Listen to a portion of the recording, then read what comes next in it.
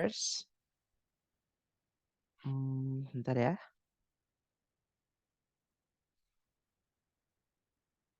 Oke, jadi hari ini kita akan kenalan dengan reading ya, teman-teman. Jadi di reading itu nanti sama kayak di listening, dia comprehension yang mana teman-teman diminta untuk, memahami, untuk teks. Nah sebenarnya, untuk reading ini ada tipsnya, teman-teman.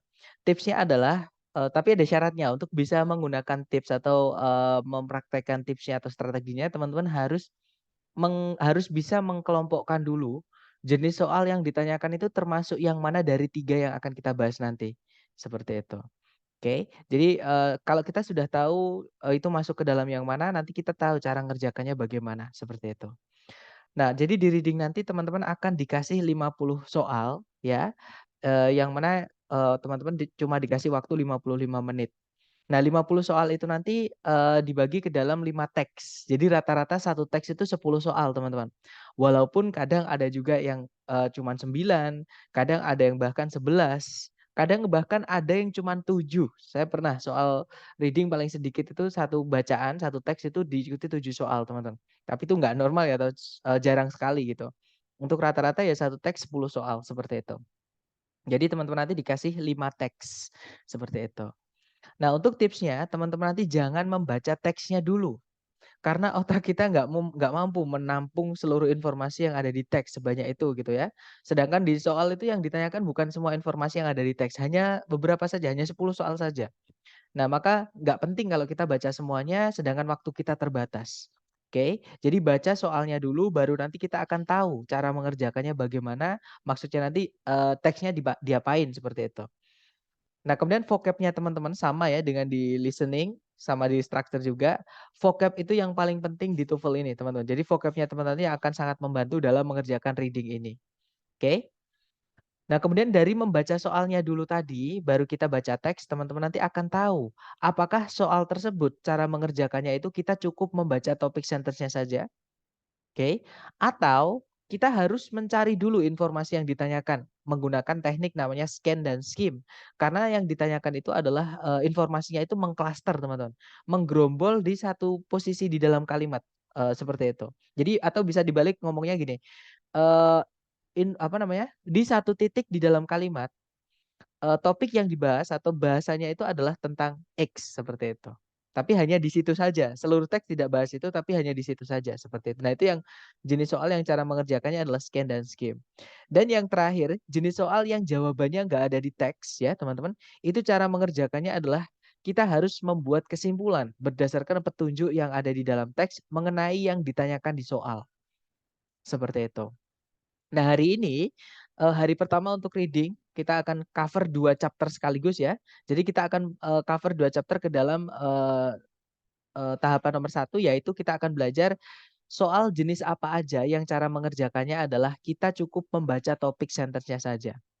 Nah, mungkin buat teman-teman yang, nggak familiar topik sentence itu apa, topik sentence itu adalah, sama kayak kayak subjek, teman. Kalau dulu kita belajar kalimat di structure, di hari pertama ya, subjek itu pengertiannya adalah apa atau siapa yang pengen kita, ceritakan atau pengen kita bahas. Nah, itu kalau di dalam teks namanya adalah topik, seperti itu. Nah, topik sentence itu tempatnya di paling depan, sama kayak subjek. Subjek itu tempatnya di paling depan, seperti itu, teman-teman. Nah, untuk topik sentences ini tempatnya di awal, ya, di awal paragraf, di kalimat pertama di setiap paragraf. Nah, ada jenis soal itu yang cara mengerjakannya di reading ya, jenis soal reading yang cara mengerjakannya, kita cukup melihat kalimat pertama di setiap paragraf saja.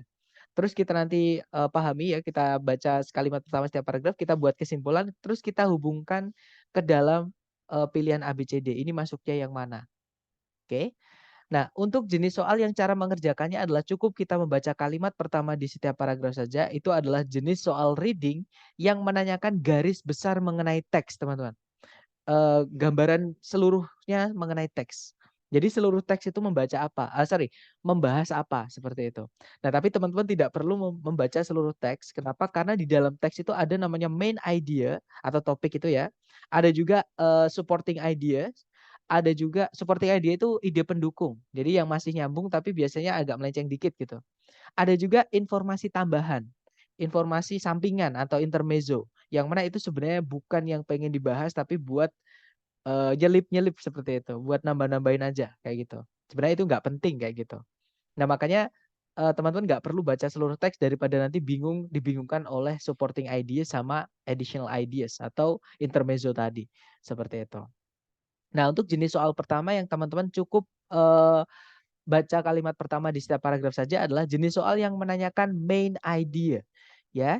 Nah, main idea sendiri pengertiannya adalah gagasan utama atau ide pokok, atau bahan pembahasan yang pengen ditulis sama si penulis melalui teks yang dia tulis tersebut. Nah, atau yang saya sebutkan tadi, jadi main idea itu apa atau siapa yang pengen diceritai, yang pengen kita sampaikan ke pendengar atau pembaca, kayak gitu. Nah, kemudian nama lain di dalam soal itu biasanya disebut main idea, kadang main point, kadang primary concern, kadang main discussion, kadang topik, kadang title, kadang juga disebutnya subject. Ya. Tapi intinya sama, itu merujuk kepada gagasan utama atau ide pokok. Nah, cara mengerjakannya teman-teman nanti cukup baca kalimat pertama aja di setiap paragraf ya. Terus teman-teman simpulkan, itu pahami, terus disimpulkan dicocokkan dengan pilihan A, B, C, D. Nah, untuk contoh soalnya kurang lebih seperti ini, teman-teman. Jadi soalnya berbunyi, apa sih topik dari teks ini? Nah, karena yang ditanyakan topik itu nama lain dari main idea ya, kita baca kalimat pertama di setiap paragraf. Nah, kebetulan di contohnya sini paragrafnya cuma satu. Berarti kita baca kalimat pertama saja. Kalimat pertama berbunyi, dalam filsafatnya John Dewey, sebuah perbedaan yang tajam, maksudnya yang signifikan, yang sangat jelas gitu ya, dibuat antara kecerdasan dan kemampuan menggunakan logika pada semua orang, maksudnya seperti itu, ya. Nah, kita cocokkan dengan pilihan A, B, C, D, yang mana yang nyambung dengan ide dari kalimat pertama ini. Yang alfa, kecerdasannya John Dewey. Bukan ya teman-teman, bukan ngomongin tentang kecerdasannya John Dewey. Ya, di teks disebutkan hanya kalau John Dewey itu dia itu memberikan pendapatnya atau memberikan penjelasan mengenai perbedaan antara kecerdasan milik semua orang secara umum. Pengertian kecerdasan dan kemampuan menggunakan logika itu berbeda seperti itu. Bukan punya dia aja ya. Alpha bukan teman-teman. Kalau yang Bravo distinctions made by John Dewey. Perbedaan-perbedaan yang dibuat oleh John Dewey. Nah, mengenai apa ini kurang jelas. Satu. Yang kedua, di Bravo itu distinctions, itu jamak, perbedaan-perbedaan. Sedangkan kalau kita lihat di teks, distinction itu cuma satu, sebuah perbedaan yang nampak. Ya kan? Jadi lebih jelas, yaitu mengenai intelligence and reasoning. Bravo bukan. Kalau yang Charlie, ide-idenya Dewey pada atau mengenai kemampuan menggunakan logika. Nah, hati-hati, yang Charlie ini ada, tapi ada informasi yang dihilangkan, teman-teman. Di teks tadi John Dewey bukan cuma membahas tentang kemampuan menggunakan logika atau reasoning, tapi intelligence juga. Kalau kita pilih yang cari, ada informasi yang kita hilangkan. Nggak boleh, teman-teman. Di main idea itu nggak boleh ada informasi yang dihilangkan, ya. Karena sama-sama pentingnya di situ. Nah, jawabannya adalah yang delta. Bagaimana kecerdasan itu berbeda dari kemampuan menggunakan logika dalam karya-karyanya Dewey. Seperti itu. Nah, dari contoh soal ini mungkin ada yang mau ditanyakan dulu sebelum teman-teman mencoba sendiri merasakan mengerjakan soal reading jenis ini. Silahkan kalau ada pertanyaan, teman-teman.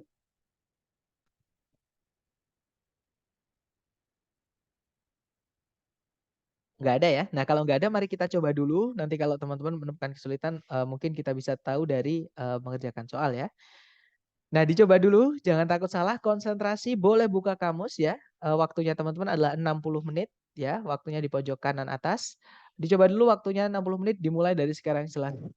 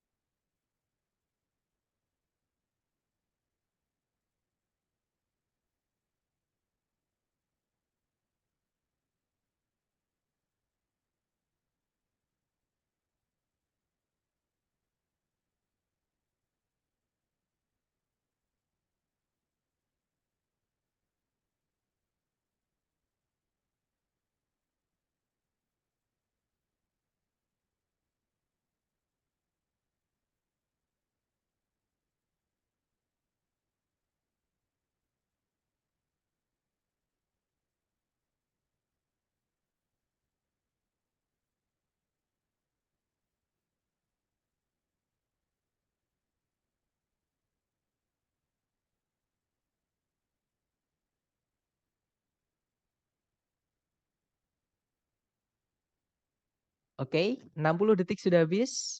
Dan ada jawaban alfa dan bravo. Mari kita cek bersama ya. Seperti biasa kita baca soalnya dulu. Seperti yang saya bilang tadi maksudnya. Kalau di reading baca soalnya dulu ya teman-teman. Di situ soalnya berbunyi, yang manakah di antara berikut ini yang paling mendeskripsikan topik dari teks di atas? Nah, yang ditanyakan topik itu nama lain dari main idea. Kita baca kalimat pertama di setiap paragraf. Nah, kebetulan di sini paragrafnya cuma satu. Kita baca kalimat pertama. Fort Knox yang terletak di Kentucky merupakan situs dari sebuah benteng militer Amerika Serikat. Namun, dia bahkan lebih dikenal atas penyimpanan emasnya Fort Knox, yaitu brankas besar yang menyimpan tumpukan tabungan emas pemerintah Amerika Serikat. Intinya ini ngomongin tentang Fort Knox, lebih tepatnya fungsi dari Fort Knox ya teman-teman. Yaitu dia merupakan yang pertama situs dari atau tempat atau lokasi dari militernya Amerika Serikat, benteng militernya Amerika Serikat. Kemudian yang kedua, di situ juga ada tabungan emas pemerintah Amerika Serikat. Nah, kita cek A, B, C, D. Yang alfa, kota dari Fort Knox yaitu Kentucky. Nah, tadi bukan ngomongin tentang kotanya Fort Knox, teman-teman, yang namanya Kentucky. Karena Kentucky di situ hanya informasi tambahan saja atau positif ya. Sebagai penunjuk letak atau tempatnya Fort Knox itu di mana sih gitu. Tapi teks ini bukan ngomongin tentang Kentucky, bukan ngomongin tentang sebuah kota, teman-teman. Ya, tapi lebih ngomongin ke satu fungsi tempat gitu, nama tempat di Kentucky seperti namanya Fort Knox. Alpha bukan ya. Kalau yang Bravo, Federal Gold Depository itu penyimpanan emas pemerintah Amerika Serikat. Kemungkinan bisa karena ini ngomongin tentang fungsi ya. Salah satu fungsi dari Fort Knox. Kita tahan dulu yang Bravo. Kalau yang Charlie, benteng militernya Amerika Serikat yang terletak di Fort Knox. Bukan ngomongin tentang benteng militer Amerika Serikat ya, teman-teman. Apalagi yang di sini Fort Knox-nya hanya sebagai keterangan tempat. Seolah-olah kalau kita pilih Charlie itu yang diomongin di teks ini bukan Fort Knox-nya, tapi yang diomongin adalah benteng militer Amerika Serikatnya. Sedangkan di sini yang dibahas adalah Fort Knox-nya. Benteng militer Amerika Serikat di situ disebutkan hanya sebagai apa ya, fitur atau apa sih yang ada di situ gitu. Ya, tapi yang dibahas bukan army post-nya justru, malah kalau kita tarik ke belakang itu yang dibahas adalah tempat penyimpanan emasnya. Oke. Berarti Charlie bukan, kalau yang Delta gold bullion itu artinya batangan emas atau emas batangan lah seperti itu. Nah, emas batangan ini di dunia ini banyak sekali, teman-teman. Dan nggak jelas emas batangan yang mana, punyanya siapa, terus keunikannya apa gitu. Ini nggak jelas. Sedangkan di sini lebih ngomongin nama suatu tempat. Delta bukan, ya. Jadi jawaban yang paling tepat adalah Bravo, the Federal Gold Depository atau penyimpanan emas pemerintah Amerika Serikat. Oke. Lanjut ke nomor 2, dicoba lagi waktunya 60 detik dimulai dari sekarang. Silahkan teman-teman.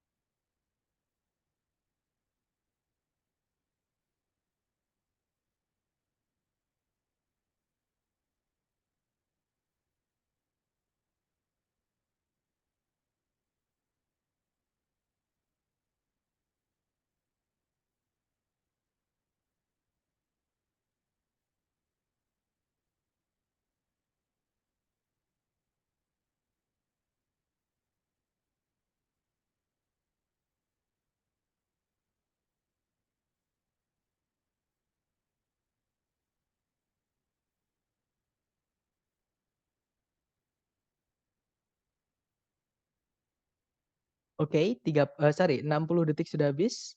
Ada jawaban Bravo, semuanya menjawab Bravo ya. Kita cek bersama. Di situ pertanyaannya adalah yang manakah di antara berikut ini yang paling menyatakan subjek dari teks ini. Nah, subjek berarti kita baca kalimat pertama di setiap paragraf. Karena karena paragrafnya cuma satu ya cukup kita baca kalimat pertama paragraf ini. Kalimatnya berbunyi, salah satu karakteristik penanda dari jenis-jenis mineral adalah tingkat kekerasan relatif mereka yang dapat dikenali atau ditentukan dengan cara menggoreskan satu jenis mineral dengan jenis yang lain. Nah, kita cek ABCD. Yang alfa tingkat kekerasan dari diamonds. Nah, kita nggak menemukan kata diamond sama sekali. Mungkin minerals ya. Minerals itu jenis-jenis mineral, tapi bukan cuma diamond. Kalau kita pilih alfa, seolah-olah teks ini hanya membahas tentang diamond. Padahal yang dibahas seluruh mineral. Oke, berarti alpha nggak bisa ya. Kalau yang Bravo, identifying minerals by means of a scratch test. Menentukan atau mengidentifikasi jenis-jenis mineral dengan cara uji gores. Nah, ketemu ya, jawabannya adalah yang Bravo, teman-teman. Oke. Nah, kita lanjut ke nomor berikutnya. Silahkan dicoba dulu. Di sini ada 4 paragraf ya. Silahkan waktunya 60 detik dimulai dari sekarang. Silahkan.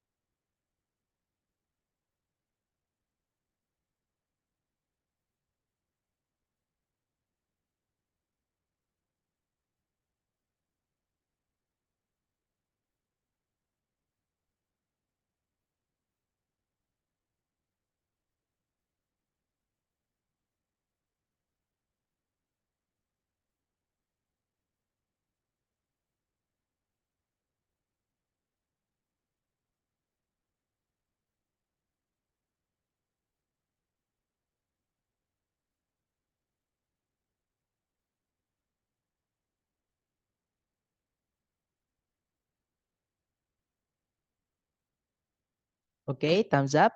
Dan ada jawaban alpha di pilihan ganda ya, semuanya menjawab alpha. Ada juga Bravo. Alright, kita cek. Di situ soal nomor 3 berbunyi, yang manakah dari pilihan-pilihan berikut ini yang menyatakan gagasan utama dari teks di atas. Nah, kita baca kalimat pertama di setiap paragraf, teman-teman. Kemudian nanti kita cocokkan dari atau dengan pilihan A, B, C, D. Kalimat pertama paragraf 1 berbunyi, vaksin itu dibuat atau dipersiapkan gitu ya dari virus-virus yang berbahaya dan atau bakteri-bakteri yang berbahaya atau yang merugikan gitu ya. Dan diberikan ke pasien untuk memberikan imunitas atau kekebalan terhadap penyakit-penyakit tertentu. Nah, paragraf 2 berbunyi, jenis vaksin yang paling dasar mengandung mikroorganisme penyebab penyakit yang telah dibunuh menggunakan sebuah larutan yang mengandung formaldehyde. Paragraf ketiga, jenis vaksin yang kedua mengandung racun yang dihasilkan oleh mikroorganismenya, bukan mengandung atau daripada mengandung mikroorganismenya itu sendiri. Artinya nggak mengandung mikroorganisme ya, tapi ada racunnya doang, seperti itu. Kalau yang terakhir, jenis vaksin yang terakhir itu mengandung mikroorganisme yang masih hidup yang telah dibuat tidak berbahaya atau sudah dilemahkan, seperti itu. Nah, ini ngomongin tentang pembuatan pembuatan vaksin maksud saya ya, teman-teman, dari virus atau bakteri yang berbahaya. Oke. Nah, kalau kita cek pilihan A, B, C, D, kita sambungkan. Yang alfa, vaksin itu memberikan kekebalan terhadap penyakit tertentu. Nah, hati-hati teman-teman. Ini adalah distractor di kalimat pertama paragraf 1. Ya, itu memang ada di kalimat pertama paragraf 1. Nah, tapi kalau kita lihat di paragraf-paragraf bawahnya itu yang dikembangkan bukan yang ini, bukan informasi yang itu, yang provide immunity to specific disease bukan. Tapi yang dikembangkan adalah vaccines are prepared from harmful viruses or bacteria. Jadi vaksin itu dibuat dari virus-virus yang atau bakteri-bakteri yang merugikan atau yang berbahaya. Jadi bukan untuk apa tapi lebih ke bagaimana membuatnya. Oke, kalau yang Bravo vaksin itu mengandung mikroorganisme penyebab penyakit. Ada tadi satu jenis vaksin yang tidak mengandung mikroorganismenya, yaitu ada di paragraf 3, teman-teman. Di paragraf 3 di sini disebutkan jenis vaksin yang kedua itu mengandung racun yang dihasilkan oleh mikroorganismenya. Bukan mengandung mikroorganismenya itu sendiri. Jadi nggak ada mikroorganismenya, nggak ada virus, nggak ada bakterinya. Cuman dia mengandung racun yang dihasilkan oleh virus-virusnya itu atau bakteri-bakterinya itu. Oke. Nah, kalau yang Charlie, vaccines are derived in different ways. Vaksin itu didapat atau diperoleh atau dibuat dalam berbagai cara yang berbeda. Nah, ketemu jawabannya adalah yang Charlie ya, teman-teman. Oke, jadi lebih yang diomongkan adalah bagaimana sih membuat vaksin seperti itu atau vaksin itu dibuatnya bagaimana, dari apa, seperti itu. Oke, kita lanjut ke nomor 4. Dicoba lagi ya, waktunya sebentar.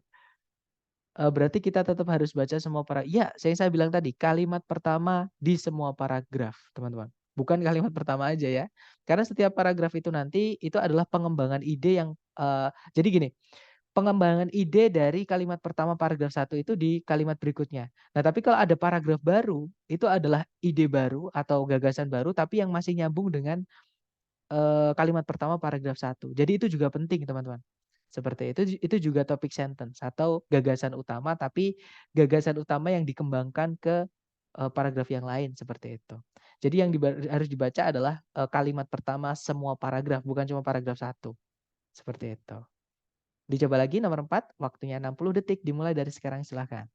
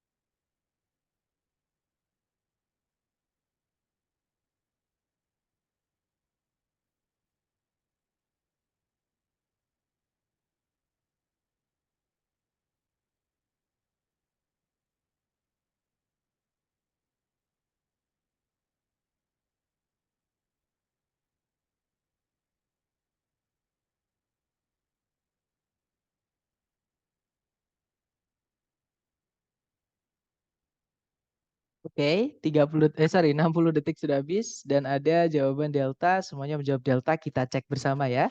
Di situ nomor 4 pertanyaannya adalah topik dari teks ini bisa dideskripsikan sebagai, nah kita baca kalimat pertama di setiap paragraf. Kalimat pertama paragraf 1 berbunyi, sebuah hoax tidak seperti kesalahan yang murni gitu ya, yang jujur gitu. Itu merupakan sejenis atau sebuah rencana yang sengaja disusun untuk menyajikan sebuah kebohongan seolah-olah atau sebagai kenyataan. Jadi kebohongan tapi dianggap kenyataan seperti itu. Kemudian paragraf kedua, sebuah hoaks ilmiah yang terkenal itu dulu pernah terjadi di tahun 1912 ketika Charles Dawson itu mengaku-aku atau mengklaim telah menemukan tengkorak kepala manusia dan tulang rahang di Piltdown Common, sebuah tempat di Inggris bagian selatan. Paragraf terakhir, memerlukan lebih dari 40 tahun supaya hoaks tersebut terungkap.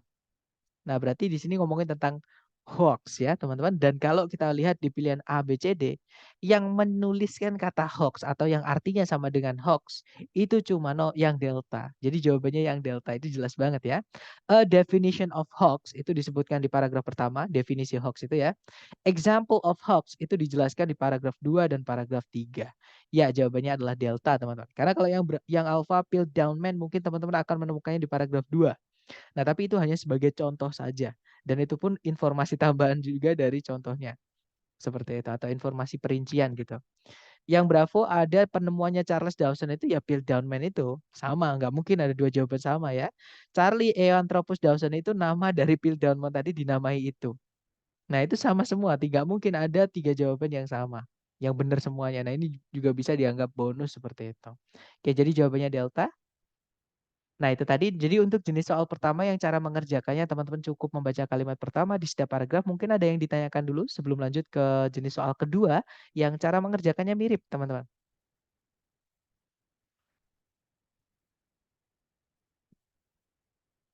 Nggak ada ya? Atau nanti kalau teman-teman ada pertanyaan boleh langsung ditanyakan seperti itu.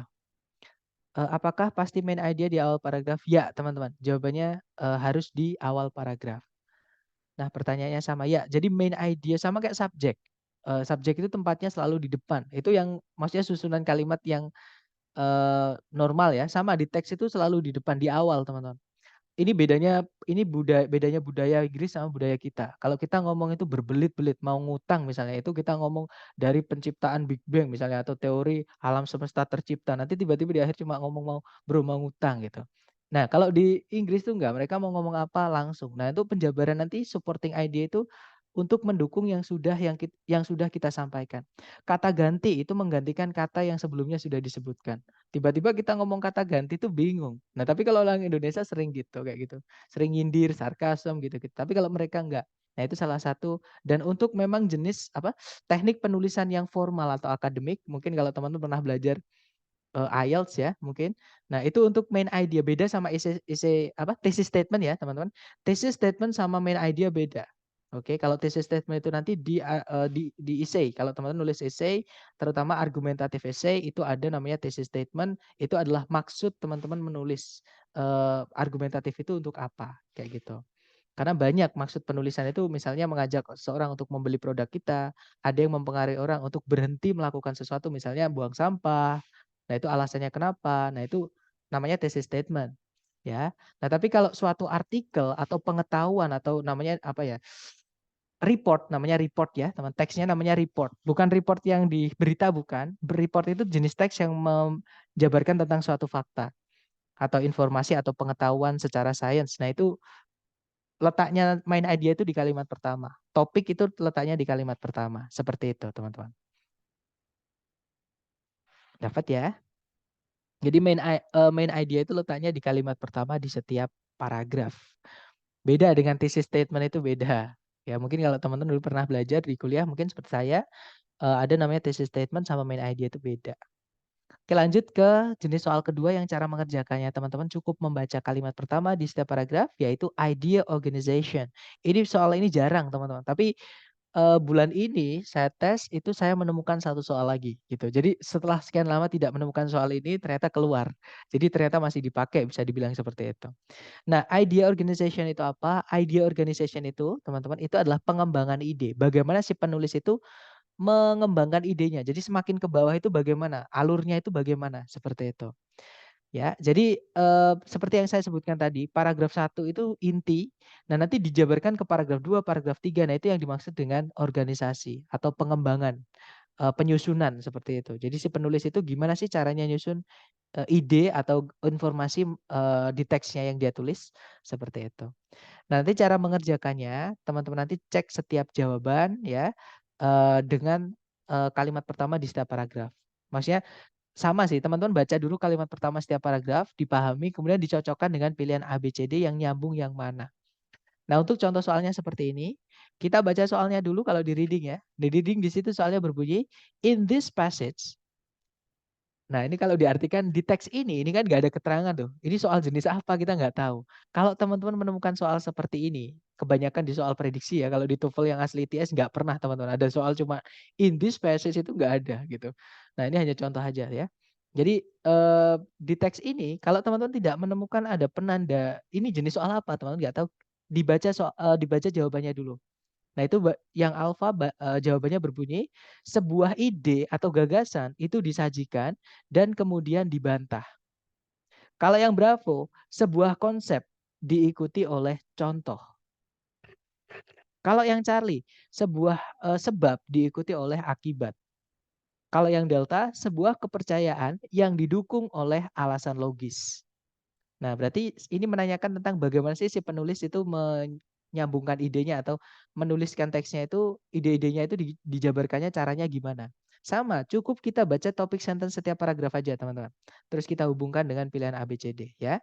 Nah, kalimat pertama di setiap paragraf berbunyi, jika ditanya siapa yang menemukan permainan baseball, hampir seluruh orang Amerika mungkin bakal menjawab kalau mereka percaya Abner Doubleday lah yang menemukan. Kemudian paragraf kedua, Doubleday itu hanya diberikan dia diberikan pengakuan atau penghargaan gitu ya atas penemuan ini di awal abad ke-20-an. Ketika perusahaan alat-alat olahraga namanya Spalding itu menyuruh dia untuk melakukan penelitian siapa yang menemukan permainan baseball. Jadi dia itu cuma disuruh neliti siapa yang menemukan permainan baseball, bukan dia yang menemukan, teman-teman. Oke. Kemudian paragraf terakhir dijelaskan, nah sekarang ini hampir seluruh sejarawan olahraga sepakat atau setuju bahwa Doubleday itu sebenarnya nggak ada andil atau nggak ada sumbangan apa-apa dalam perkembangannya permainan baseball. Nah, jadi ini tadi kalimat pertama itu menyatakan kalau orang Amerika itu kebanyakan percaya kalau Abner Doubleday yang menemukan permainan baseball. Di paragraf 2, paragraf 3 itu dijelaskan Doubleday itu sebenarnya bukan gitu ya. Bahkan dia nggak punya andil apa-apa dalam permainan baseball. Nah, berarti jawaban yang paling tepat adalah yang alfa tadi, sebuah gagasan atau sebuah ide atau sebuah informasi itu disajikan dan kemudian dibantah seperti itu. Nah, mungkin dari jenis soal ini, dari contoh mungkin ada yang mau ditanyakan dulu dari teman-teman sebelum kita lanjut ke latihan soal. Buat teman-teman silahkan kalau ada pertanyaan.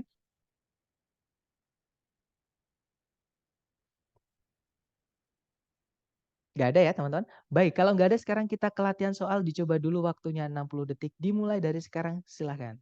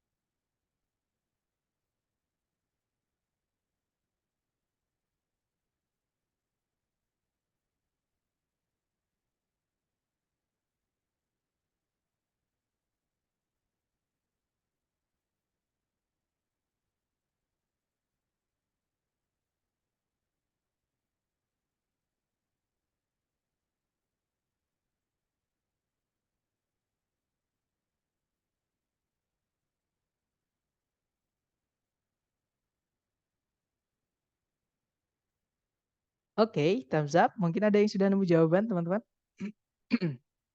Baik, ada jawaban Delta, ada juga Charlie.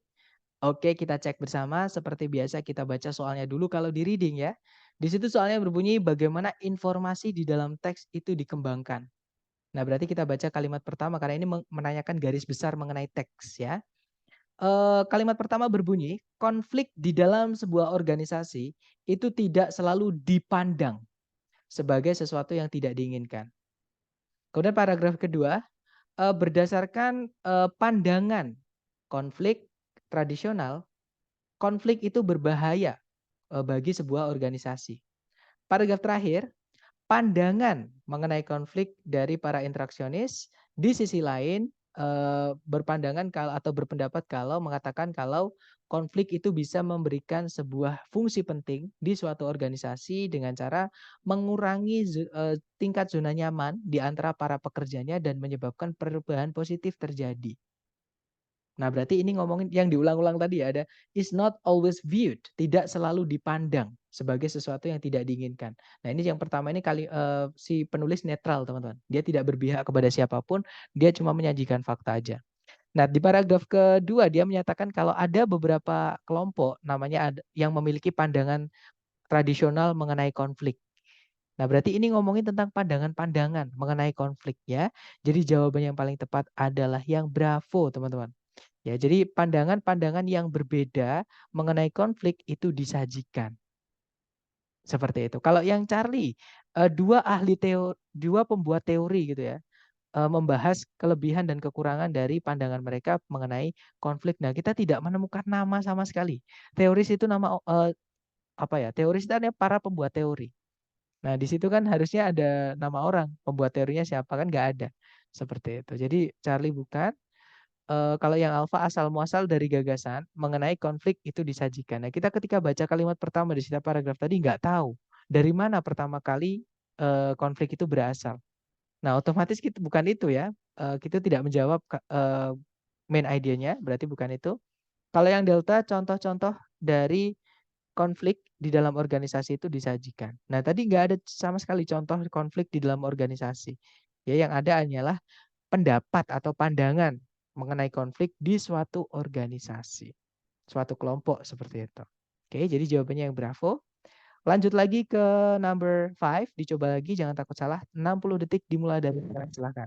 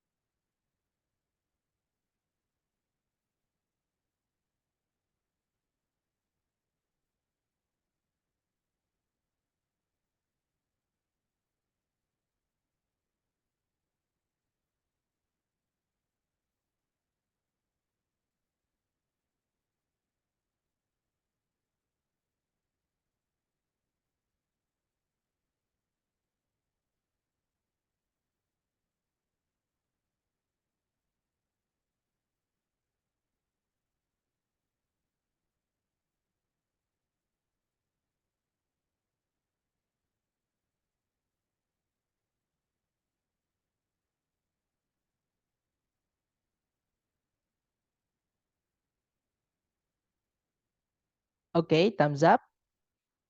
Dan sepertinya belum ada jawaban.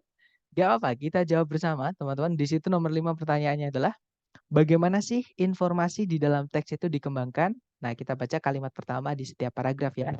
Kalimat pertama paragraf 1 berbunyi, danau yang paling besar di Amerika Serikat bagian barat adalah Danau Great Salt Lake, yaitu sebuah danau air asin di tengah daratan, letaknya di Utah bagian barat laut, tepat di luar atau di sebelahnya ibu kota negara bagian Salt Lake City. Kemudian paragraf kedua, meskipun Great Salt Lake itu dialiri oleh sungai-sungai air tawar, nah dia itu sebenarnya lebih asin dibandingkan seluruh samudra yang ada di dunia, seluruh lautan di dunia ini. Jadi danau tapi lebih asin dibanding lautan, teman-teman. Kemudian paragraf terakhir, Great Salt Lake itu bisa bervariasi, bisa berubah-ubah secara drastis dari ukuran normalnya yaitu 1.700 mil persegi, tergantung pada kondisi cuaca yang berkepanjangan. Nah, kita cek yang alpha, two unusual characteristics of the Great Salt Lake are discussed. Kemungkinan alpha bisa, ya karena emang unik tadi ya Great Salt Lake itu. Selain dia tempatnya di tengah daratan, tapi dia danau, tapi dia danau ya. Yang umum yang unik adalah dia tadi dialiri oleh air tawar, tapi ternyata dia lebih asin dibandingkan lautan. Kemudian juga Great Salt Lake itu bisa bervariasi ukurannya, bisa berubah-ubah ukurannya dari ukuran aslinya 1.700 mil persegi. Seperti itu. Kalau yang Bravo, teori-teori yang berbeda mengenai Great Salt Lake, kadar garamnya Great Salt Lake itu disajikan. Nah, mungkin itu disebutkan, tapi kalau kita pilih yang Bravo, teman-teman, kadar garam itu hanya dibahas di paragraf kedua. Sedangkan teks ini juga ngomongin tentang ukuran, maksudnya bukan cuma kadar garam saja, bukan tentang asinnya dia saja ya. Berarti Bravo nggak bisa, karena yang ditanyakan nomor 5 itu bukan cuma paragraf 2, tapi seluruh paragraf, seluruh teks gitu. Oke, kalau yang Charlie proses bagaimana Great Salt Lake itu mendapatkan garamnya itu disebutkan sama teman-teman. Mungkin benar yang Charlie, cuman inti dari teks itu bukan cuman yang Charlie gitu ya. Seluruhnya bukan cuma Charlie. Kalau yang Delta alasan-alasan kenapa perbedaan-perbedaan dalam ukurannya Great Salt Lake itu diberikan. Itu juga ada di paragraf terakhir. Tapi teks ini bukan cuman ukuran ya, tapi juga tentang ini tadi apa? Karakteristik uniknya yaitu asinnya tadi yang lebih asin dibandingkan seluruh lautan di bumi. Oke, jadi jawabannya adalah yang alpha ya. The unusual characteristics of the Great Salt Lake are discussed. Seperti itu. Nah, kita lanjut ke jenis soal terakhir yang cara mengerjakannya adalah dengan membaca kalimat pertama di setiap paragraf. Dan ini agak yang sering keluar yang purpose, teman-teman. Yang purpose ya, sama course. Purpose sama course. Kalau tone ini saya udah kapan ya? Saya udah lupa bahkan terakhir kali dapat soal yang menanyakan tone itu kapan. Gitu. Tapi buat jaga-jaga siapa tahu nanti ketika teman-teman tes tiba-tiba keluar gitu ya. Jadi saya kasihkan. Nah, jadi jenis soal terakhir yang cara mengerjakannya teman-teman cukup membaca kalimat pertama di setiap paragraf adalah tone, purpose, sama course. Nah, makanan apa itu tone, purpose, sama course? Jadi pengertiannya tone itu teman-teman, itu adalah emosi, suasana, atau nuansa yang dituangkan penulis ke dalam teks yang dia tulis. Jadi kalau apa namanya si penulis ini apakah dia sedih, apakah dia marah, apakah dia bersemangat, apakah dia hipnotik. Hipnotik itu persuasif ya, mengejak orang untuk melakukan sesuatu atau mengatakan sesuatu ya, atau membeli sesuatu gitu. Nah, itu persuasif, menarik atau mempengaruhi seseorang gitu. Atau kampanye misalnya ya, itu juga persuasif. Jadi banyak tone itu tergantung emosi yang dituangkan ke dalam teks. Kemudian purpose itu adalah maksud penulis kalau menulis teks itu kira-kira tentang untuk apa gitu. Kalau course itu bidang keilmuan. Jadi teks ini kalau misalnya dimasukkan ke mata kuliah atau ke kelas kampus gitu atau ke perkuliahan, itu dimasukkan ke kelas apa, mata kuliah apa gitu. Atau bidang apa seperti itu. Nah, nanti di pertanyaan itu akan ditulis langsung. Kalau tone ya ditanyakan tone, ditulis di soal tone-nya apa. Purpose itu juga sama. What is the purpose of the author in writing this passage misalnya. Course juga sama. In which course? Di mata kuliah yang manakah di antara ABCD berikut ini? Seperti itu. Jadi langsung ditulis yang ditanyakan apa. Cara mengerjakannya kalau yang ditanyakan tone, teman-teman. Teman-teman harus mencari kata-kata di dalam kalimat pertama di setiap paragraf, ada nggak penulis itu memasukkan vocab yang menggambarkan perasaannya. Nah, kalau nggak ada berarti dia netral, maksudnya hanya ingin memberikan pengetahuan saja. Jadi itu teksnya jenisnya hanya informatif ya atau deskriptif. Nah, tapi kalau misalkan penulis menuliskan misalnya dia eh, apa? So sad, ada kata so sad. Oh, berarti ini tone-nya memang sedih atau critical, mengkritik gitu misalnya. Seperti itu. Jadi tone itu bisa kita temukan dari kita nemukan perasaannya si penulis di kalimat pertama di setiap paragraf nggak. Kalau nggak ada berarti dia netral atau tidak mempengaruhi apapun ke pembacanya, hanya ingin memberitahu saja. Oke. Nah, kemudian purpose itu tujuan si penulis. Teman-teman baca kalimat pertama di setiap paragraf, hubungkan dengan pilihan A, B, C, D. Oke, yang mana yang masuk akal. Kemudian course itu adalah bidang keilmuan. Hubungan vocab-vocab yang dia pakai atau istilah-istilah yang dia pakai dengan pilihan A, B, C, D. Jadi istilah-istilah itu cukup baca kalimat pertama setiap paragraf aja. Kita sudah bisa nangkep nanti. Seperti itu. Nah, untuk contoh soalnya kurang lebih seperti ini, teman-teman. Di situ nomor satu pertanyaannya adalah, tujuan dari teks ini adalah untuk, nah kita baca kalimat pertama di setiap paragraf. Kebetulan paragrafnya cuma satu. Nah kita baca kalimat pertama, Truman Capote's In Cold Blood 1966 is a well-known example of the non-fiction novel, a popular type of writing based upon factual events in which the author attempts to describe the underlying forces, thought, and emotions that lead to the actual events. Kalau diartikan, In Cold Blood, ini buku karyanya Truman Capote di tahun 1966, merupakan sebuah contoh terkenal dari karya novel non-fiksi. Novel non-fiksi itu apa? Yaitu jenis karya tulis populer yang berdasar pada kejadian fakta, kejadian aslinya. Di mana penulis itu berusaha untuk mendeskripsikan forces itu apa ya? Dorongan-dorongan gitu ya. Kemudian pikiran-pikiran dan emosi-emosi yang melatar belakangi yang akhirnya menggiring kepada kejadian sebenarnya kayak gitu. Oke, kita cek ABCD. Yang alfa membahas sebuah contoh dari sebuah genre literatur itu sastra ya. Genre sastra tertentu. Nah, ketemu langsung teman-teman. Jawabannya adalah yang alfa. Karena memang In Cold Blood di sini dijelaskan kalau dia hanya sebuah contoh saja dari novel non-fiction novel atau novel non-fiksi. Kalau yang Bravo menceritakan cerita tentang In Cold Blood. Ketika kita baca kalimat pertama atau main idea tadi, kita nggak tahu ceritanya In Cold Blood itu tentang apa, teman-teman. Bahkan kita juga nggak mengetahui si penulis ini ngasih tahu alurnya gimana atau yang dibahas tentang apa. Oke.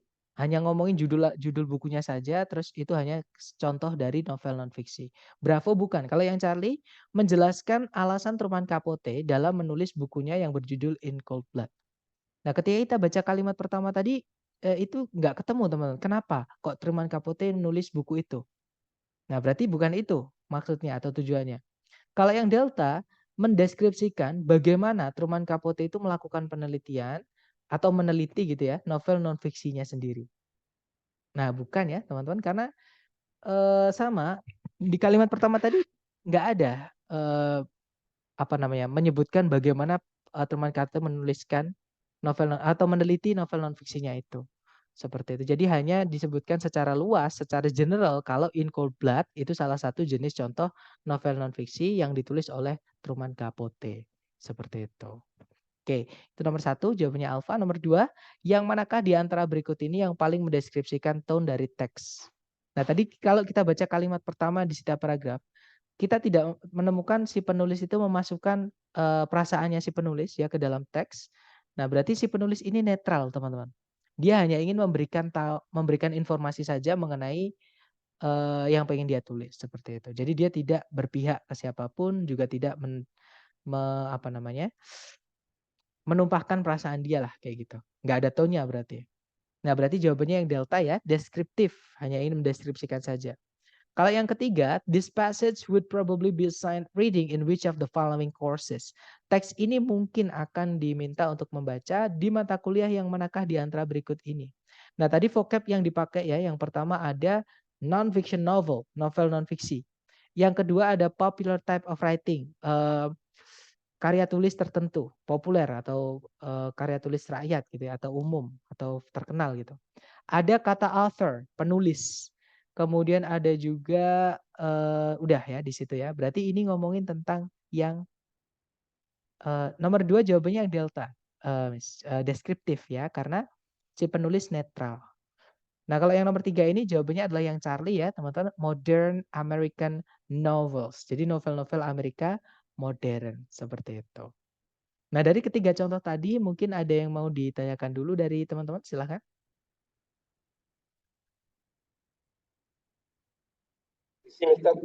Boleh, silahkan, Mister.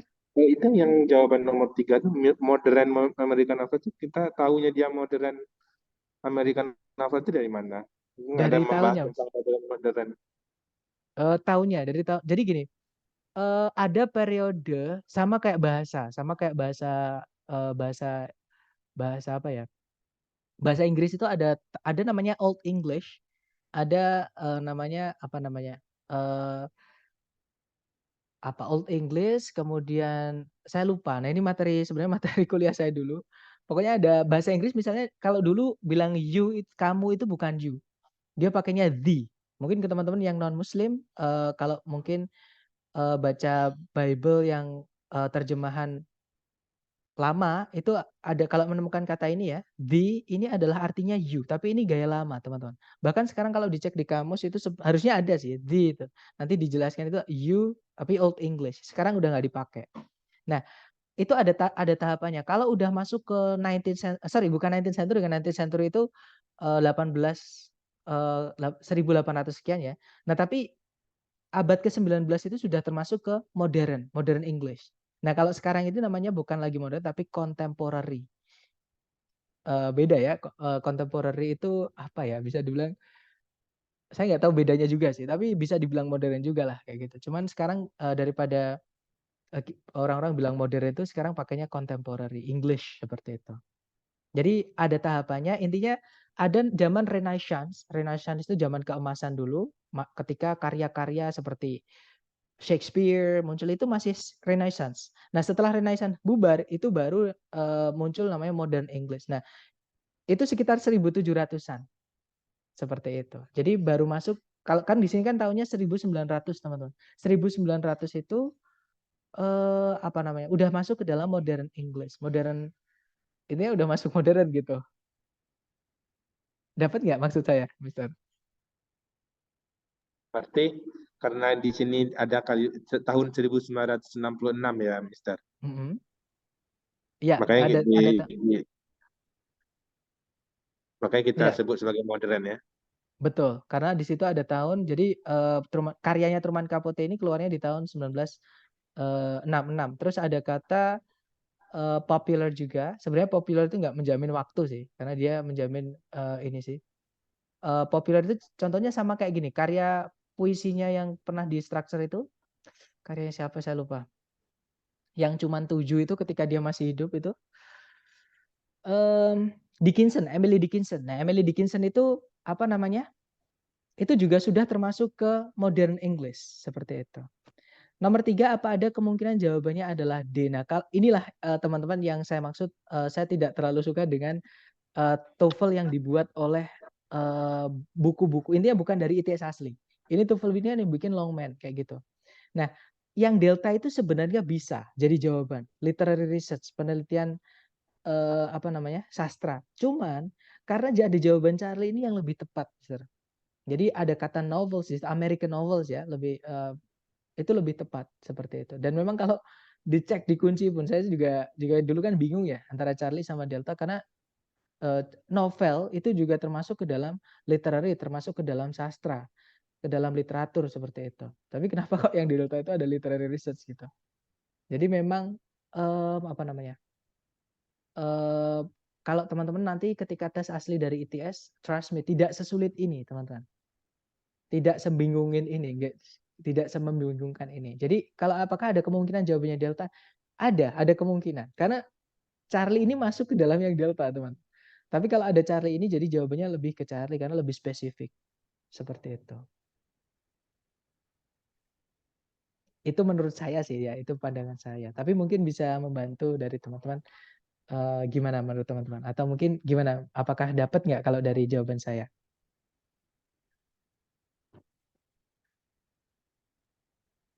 Bisa. Kalau menurut saya itu akhirnya butuh pengetahuan lebih ya, karena berkaitan dengan tahun dan jenis-jenis apa nanti yang termasuk modern novel tadi itu kan. Kalau Nah dari itu. saya pribadi kurang paham, maksudnya kurang kurang tahu pengetahuan tentang hal itu maksudnya gitu. Nah, itu sebenarnya, Mister, lebih tepatnya itu bukan pakai kata modern, bukan saya menyalahkan ya. Lebih tepatnya karena ini udah terjadi di lampau ya. Karena harusnya kita juga nggak membingungkan. Di teksnya juga nggak ada yang mengucapkan kata modern juga kan. Kita nggak bisa bilang kalau itu modern atau tidak ketika orang tidak tahu. Misalkan kayak kita nih, misalkan kita nggak tahu.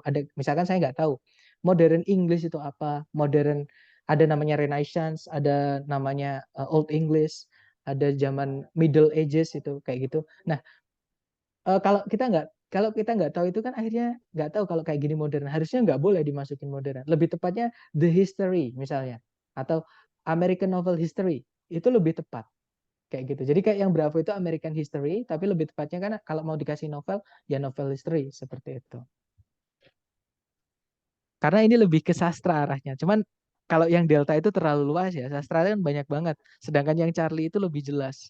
Nah, mungkin kita mikirnya gini, teman-teman. Saya tahu sih pemahaman teman-teman karena kita mungkin sama-sama orang Indonesia, kita lebih telat, teman-teman. Jadi gini, kita menganggap modern itu 2000 ke atas, milenium lah gitu. Sedangkan eh, menurut mereka itu modern untuk dunia sastra ya, teman-teman boleh cek di Wikipedia. Siapa tahu saya salah ya. Tapi setahu saya ada zaman namanya Renaissance. Nah, setelah Renaissance habis itu, zaman keemasan itu Shakespeare dan kawan-kawannya itu. Nah, itu ada apa zaman namanya modern.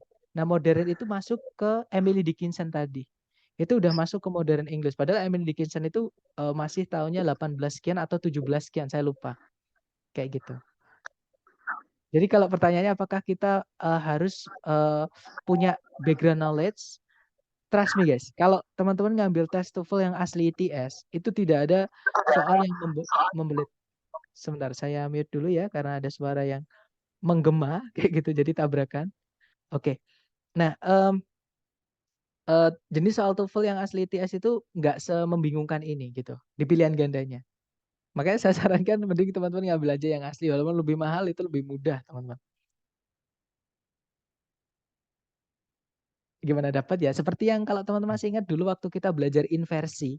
Inversi itu kan ada bab yang sebenarnya di TOEFL asli ITS nggak ada. Contohnya yang penanda inversi nomor 6. Ya nomor 6, yaitu conditional sentence yang if-nya dihapus. Itu kan nggak ada di TOEFL yang asli ITS. Cuman nanti teman-teman tes, ketika teman-teman tes di lembaga ini nanti ya, selesai program nanti, saya pastikan ada satu soal teman, karena saya punya kisi-kisinya gitu. Kayak gitu. Jadi ada satu soal inversi yang dia itu pakai kasus nomor 6. Padahal itu di soal TOEFL yang asli ITS itu nggak pernah ada. Seperti itu. Jadi dapat ya. Ini ya teman-teman apa? Nikmatin aja. Untuk belajarnya nikmatin aja. Nggak perlu ada pikiran kok sulit banget gitu. Ya ini karena kebetulan sebenarnya saya punya sih soal yang asli ITS itu punya gitu. Cuman saya nggak berani mempublikasikan teman. Soal asli ITS yang saya publikasikan itu di chapter 10 ketika kita membahas apa dependent clause anak kalimat. Itu asli dari ITS, teman-teman. Semuanya itu. Tapi menjawab ya, maksudnya untuk ini tadi menjawab ya, Ya, Mister ya. Oke. ya baik, Mister. Cuma kalau Alright. bagi saya sih secara keseluruhan dari tadi sebenarnya lebih banyak ini ya apa namanya pemahaman secara apa ya istilahnya intisarinya apa sih gitu ya. Jadi itu yang kadang saya juga kebingungan karena memahami apa menghubungkan per paragraf di apa kalimat awal juga bingung akhirnya mencari intisarinya juga bingung juga akhirnya dari tadi itu ini Oke. masuk ke mana ya kira-kira gitu ya. Sama seperti Jadi yang nomor satu itu saya tadi mikirnya D mana Mas? Karena nggak tahu kalau itu bagian dari genre sastra mungkin ya. Nah itu. nah, kalau kita pilih yang delta, kalau nomor satu itu yang dibahas nanti jadi Truman Capote, Mister. Caranya Truman Capote. Sedangkan di kalimat pertama di paragraf ini itu nggak ada yang nyebutkan bagaimana atau caranya Capote itu nggak ada. Di situ cuma bahas kalau intinya memperkenalkan lah kayak gitu. Kalau karyanya Truman Capote yang judulnya In Cold Blood itu kan terkenal dia. Cuman dikasih tahu sama penulis itu tuh hanya sebagai satu contoh dari novel yang namanya novel non fiksi. Kayak gitu. Kurang lebih lah kalau kita rubah ke bahasa Indonesia. Dan Oh, untuk masalah intisari tadi itu mungkin maksudnya adalah paraphrase. Paraphrase itu menceritakan kembali, teman-teman, tapi menggunakan kata-kata yang berbeda. Seperti itu. Ya memang sama kayak listening, teman-teman. Sama kayak listening. Jadi bedanya kalau listening kan kita menerimanya lewat telinga ya, tapi kalau reading itu kita baca jadi pakai mata kayak gitu. Makanya apa namanya? Vocab itu sangat menentukan. Teman-teman harus sering-sering latihan supaya vocabnya kaya juga. Jadi ketambah juga. Dan enaknya kalau akademik itu vocabnya yang dipakai ya itu aja, teman-teman. Untuk bilang terjadi, saya nggak pernah di soal TOEFL itu menemukan kata happen, itu nggak pernah. Karena happen itu bahasa casual, bahasa kita ngomong sama teman, teman-teman. What happened? Seperti itu ketika kita ngomong sama orang temen lah, ini atau bukan suasana formal lah gitu, suasana santai. Tapi kalau what's occurring itu kayak formal banget gitu, karena sama teman pun itu juga terdengar aneh gitu, terdengar kayak kita siapa gitu, dia juga kita kayak nggak kenal satu sama lain kayak gitu. Ya sama kayak kita sama teman manggil Anda. Nah sama di TOEFL itu menggunakan akademik yang mana vocabnya ya itu aja. Makanya semakin teman-teman banyak latihan, vocabnya semakin kaya, ya udah vocabnya ya udah itu aja gitu.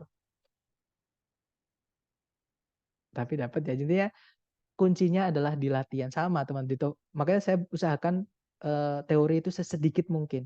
Saya pengen teman-teman praktek supaya teori yang sedikit itu diresepi lewat latihan gitu. Oh lah ternyata maksudnya gini. Jadi kayak merasakan sendiri gitu. Bukan cuma dari omongan saya maksudnya gitu. Oke lanjut ya ke latihan soal. Di sini ada 3 soal, dicoba dulu waktunya 30 detik. Dimulai dari sekarang, silahkan teman-teman.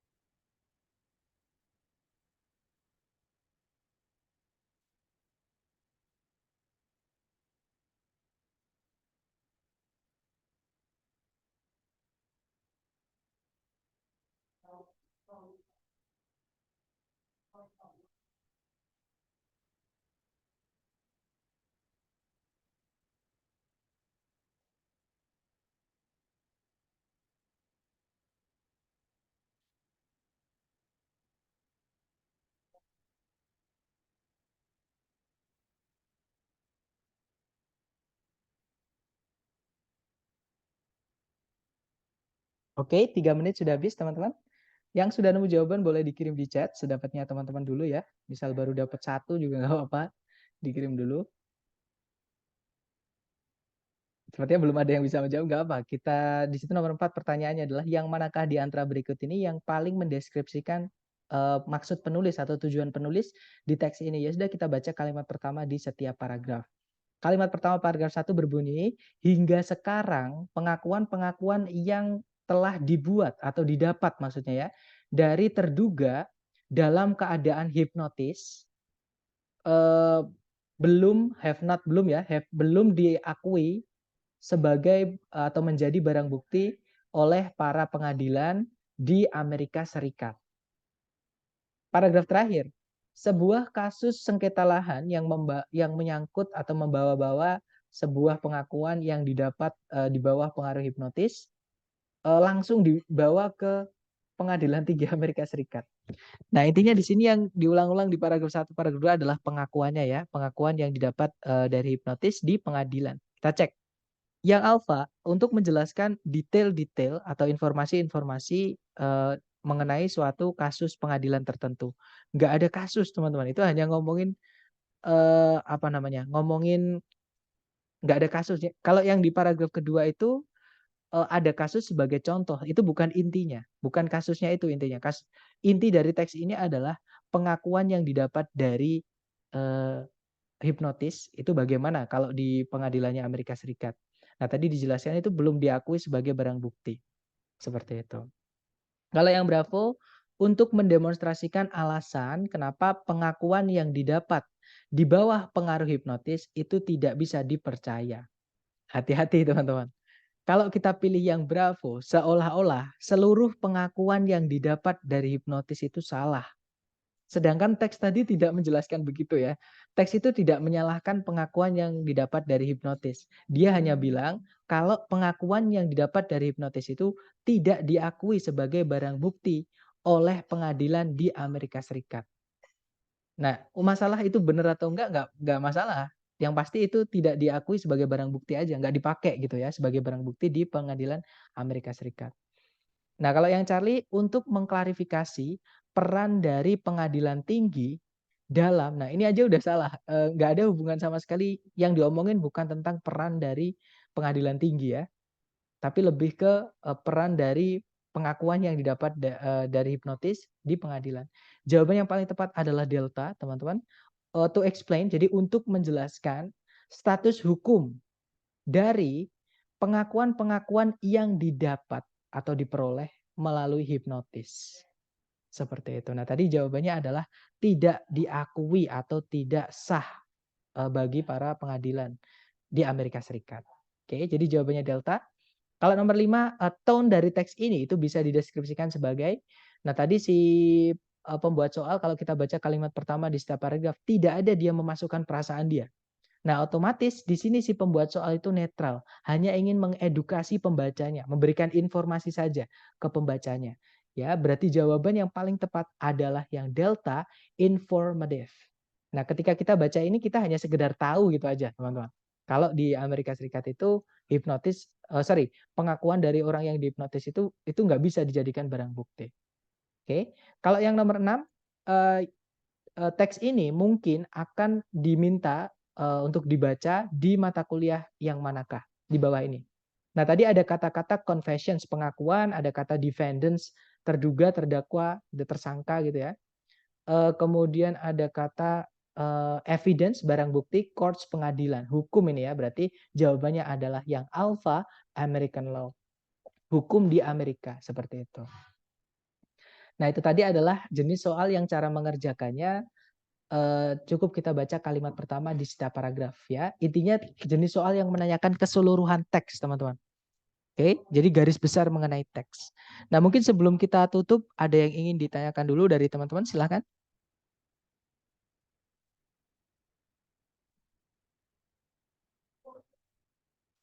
Nggak ada ya. Nah, sebelumnya saya pengen sampaikan jenis soal ini pasti keluar, teman-teman. Terutama yang main idea, jenis soal pertama tadi.